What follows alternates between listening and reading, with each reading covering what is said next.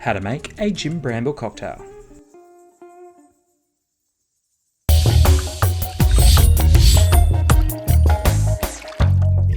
G'day there drinking buddies, it's Scotty Boxa here again for DrinkLab.org, your home to thousands of free cocktail recipes just like this one, the Gin Bramble, and this is how to make it. For this you'll need 1/4 ounce of gin, 3/4 ounce of lemon juice,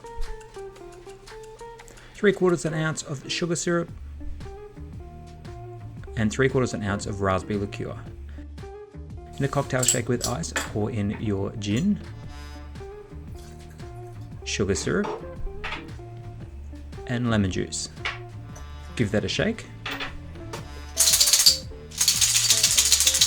and strain into your cocktail glass full of ice. And top with Chambord.